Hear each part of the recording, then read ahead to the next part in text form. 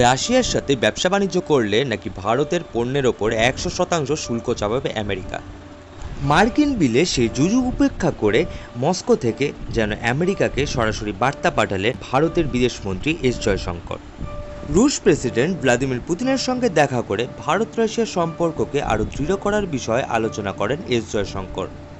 এদিকে পুতিন আশ্বস্ত করেন যে ভারতে সার এবং জ্বালানি সরবরাহ জারি রাখবে রাশিয়া। একই সঙ্গে রাশিয়ার সঙ্গে বাণিজ্য বৃদ্ধির বিষয়ে মত দেন জয়শঙ্কর। অর্থাৎ বার্তা কিন্তু স্পষ্ট, ট্রাম্পের ট্যারিফ নিয়ে লাফালাফিতে ভারত রাশিয়ার সঙ্গ কিন্তু ত্যাগ করছে না। আমেরিকা যা পারে করুক, ভারত নিজের স্বার্থের কথা ভেবেই পদক্ষেপ গ্রহণ করবে। আমেরিকার ট্যারিফ যুযুতে পিছপা না হয়ে ভারত যে এই রাশিয়ার থেকে তেল কেনা জারি রাখবে, এটাকে কি আপনি সমর্থন করছেন? নিজের মতামত জানান কমেন্ট বক্সে, এবং ভিডিওটি ভালো লেগে থাকলে লাইক এবং শেয়ার করবেন। সঙ্গে আমার চ্যানেলটি প্লিজ সাবস্ক্রাইব করবেন। ধন্যবাদ।